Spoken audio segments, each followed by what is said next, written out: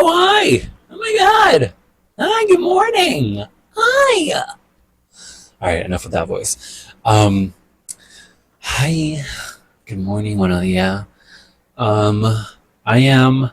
I just got denied for a loan. I just got denied for a loan. I won't get into too many details until the zeros and numbers are in my account, but because I am getting that money. Um, uh, I just remember taking this advice from this trans woman who was leaving the United States, and she was saying, like, take out as many loans, take out as many loans. These people are sending bombs to children and are stealing our taxpayer money, and so like it's time we take from them. Like it's and that kind of just inspired me, and so I've been on a mission to try to do just that, to take back the money that was fucking stolen from us and is being used not for good reasons, not for the betterment of humanity, but for the destruction of a whole group of people.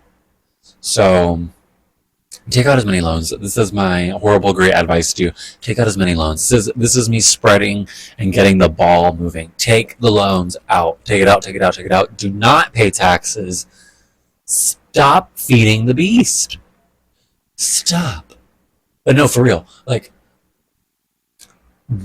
it's we need to actually do something. We need to actually do something, and that's why I'm not paying taxes. You have it here. It's on recording. I'm not paying into this. Nope. Not me. Especially when they start drafting people, it's gonna happen. I'm just waiting for it to hear the news. Um Wait, oh god, my hair. It looks so I don't got nothing in here.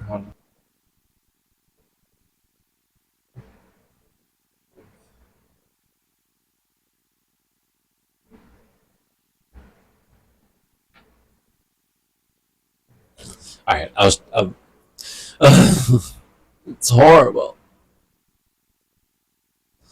Ugh.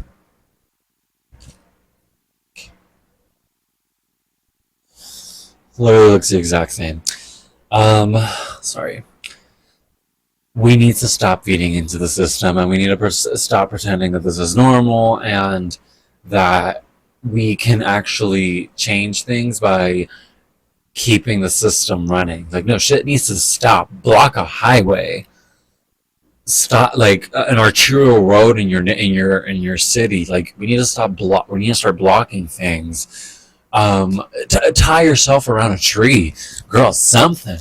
We need to start. And I'm like, okay, this is the way I can do it from where I am right now because I'm not in the States. But I'm telling you, if I was there right now, I'm converted to radical. I am. I'm a converted radicalist. I'm a part of radicalism. Yes, yes, yes, yes, yes, yes. We need to get out of this establishment and this norm because it's not serving anybody that's around you. Anyone but the 1%. It is not serving any of us. Any of us. Yeah, I love this one thing. Someone said, even if you're making six figures, you still have more in common with the girl without a roof over her head, living in her car, than you do with Jeff Bezos or fucking Mark Zuckerberg. Like, the most class conscious people are the 1%. And they rely on the, the biggest class being asleep. That's why it's called woke. Wake up, people. Wake up. We need to do something. And I was just watching this video. Xena Weena. Love you, girl. She... Poor girl. She is just so overwhelmed right now. And bitch, she lives in LA. And I know LA is an American standard, some liberal paradise. But bro, I would hate to be in a liberal paradise right now, especially in LA.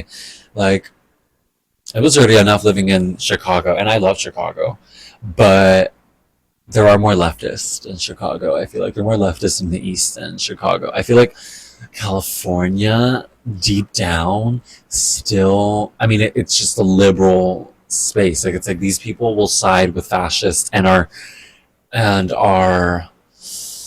I don't want to say it's like blanketed and like hidden, because it is kind of there. It's like they're so liberal. It's like they're like another kind of racist. I feel like.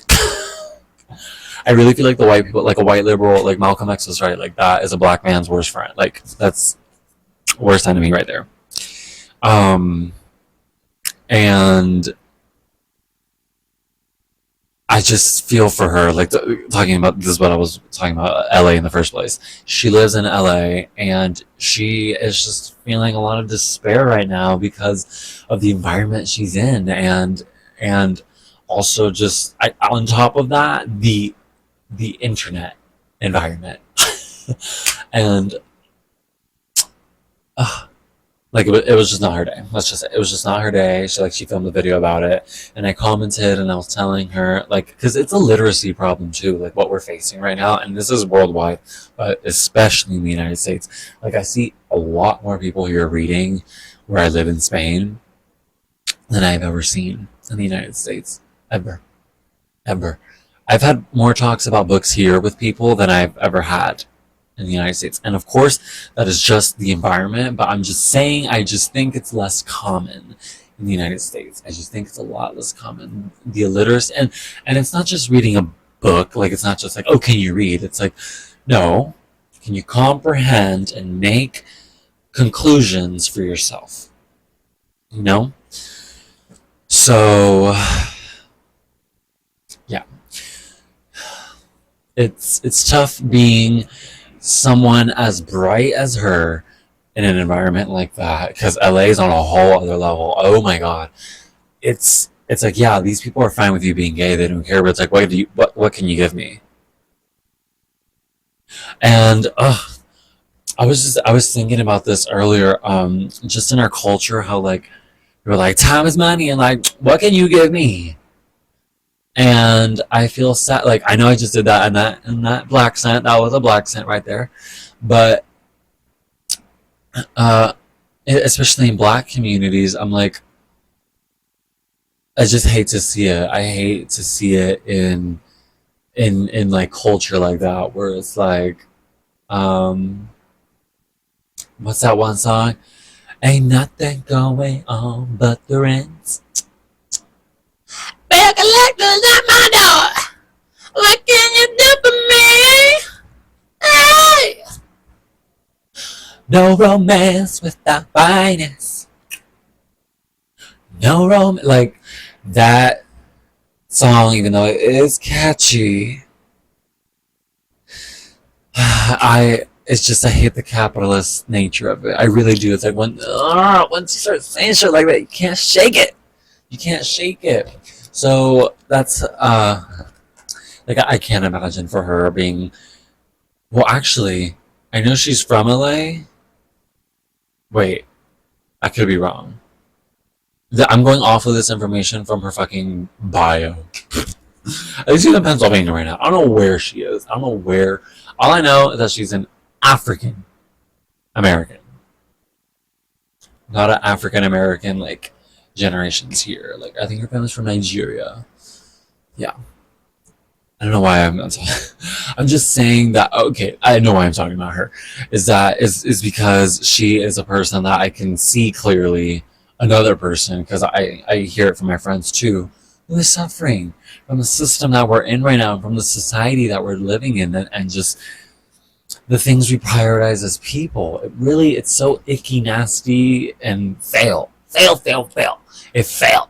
That was literally my nickname from my abuelo. He, on my dad's side. Now I had to make that distinction.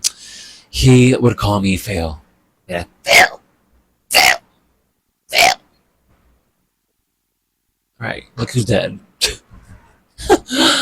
Mira quién está resucitando ahora. Respirando todo este aire.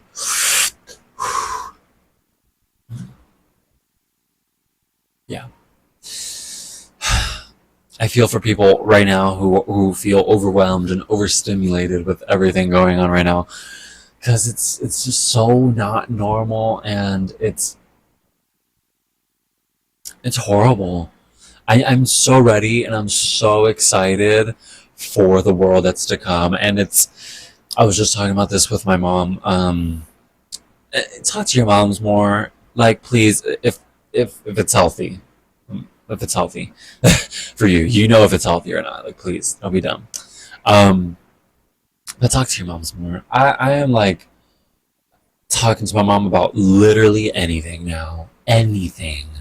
Anything. When I mean anything, I mean anything. I'm like, you're a human. Let's talk. And we were just talking about the Zapatista movement in Mexico, and uh, it's really important to share examples of alternatives to show that it is possible, and that it really is. It's up to the people. Basically, I've just been telling my mom about the stuff I've been reading and how there are alternatives to what's happening right now. But the thing is, to achieve these alternatives, if we think that it's just going to be posters and likes and just using social media as a form of change, it's like no. And the reality of it is that people are going to die. People are going to die. I might die. Siblings of mine might die. Family members of mine might die. And for this world to be achieved, and or for it to come about, um, and we have to be realistic about that. And I always keep that in mind when I do say I'm excited for the world that's to come, because that means the death of this one, and the death of one system, unfortunately, historically, does also carry other deaths. And I always keep that in mind, because we need to to keep in the back of our minds that the change that's coming is going to be costly. It's going, and not just in the monetary sense, it's going to be costly in the life that you're living right now, the things, the comforts that you have. Um, like, it might be moments where you're living without electricity for 10 weeks, maybe months, years.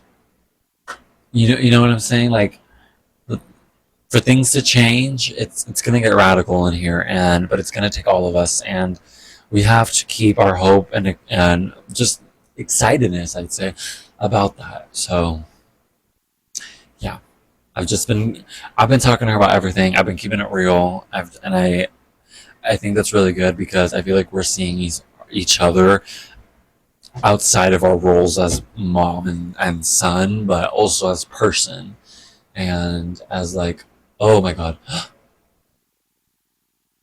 there was a wasp flying outside and it got real close to coming inside because I had my window open. But talking to her about these things, and like, it's really interesting talking to someone from Gen X about, not to box her into her generation, but the influences are there. It's really, really interesting seeing like her perspective and thing, and just the brainwashing. And I'll tell her, I'm like, what you just said right now was brainwashing. Like, the thought that you need to work to live, that's that's brainwashing. That if you're not working, you don't deserve to live. You don't deserve at least a house and some food. That's crazy. It's crazy. Yeah. Or, oh my gosh, we were literally passing by a mattress store, and earlier we had just passed by a man who was sleeping on a bench and had his whole life there, and I was like, he made the area really dirty. And I'm passing by this mattress store, and I'm like, look at all these empty mattresses. Look at all these mattresses who don't have anyone laying on them. How they're just here. Like, that's crazy. Like, it's crazy that we have big chain stores that do this and who make these mattresses, and not something like a community library where we have mattresses on hand, bed frames on hand, cradles on hand, different furniture, different tools. Like, it would be so cool if instead we had a community library where we didn't need to overproduce what we need as a people, but we just had it at hand. Like, oh, trading in the cradle for twin size bed now. You know, the kids are growing up. Like, what if that was the norm? Love you, Andrewism. I was inspired by an Andrewism thing. I love him. He made like a call about that. I was showing my mom that too. He made like a call with like three different friends talking about like a library. I don't know why I'm saying it was a call. I think it was just like a conversation, but it was just like animated. Um, and it's so cute. It was just like, yeah, kids are growing up and gotta go to the library, gotta get some stuff. And like for them, like a library is just a community resource where you're getting tools, furniture, technology, like literally just anything from this library that's community owned. And then they were like, imagine if we had a library for books. Like, it's so fun to think about if a world like that existed. That'd be like that's so funny. Um, yeah, I think that's all I had to say. Now I'm just kind of rambling, so I'm just gonna leave it at that. But don't let the imagination die. We got to build a better future. Get off our asses. Stop paying taxes. Talk to your mom. Talk to your neighbor. Love on each other. That's it. Love you. Bye.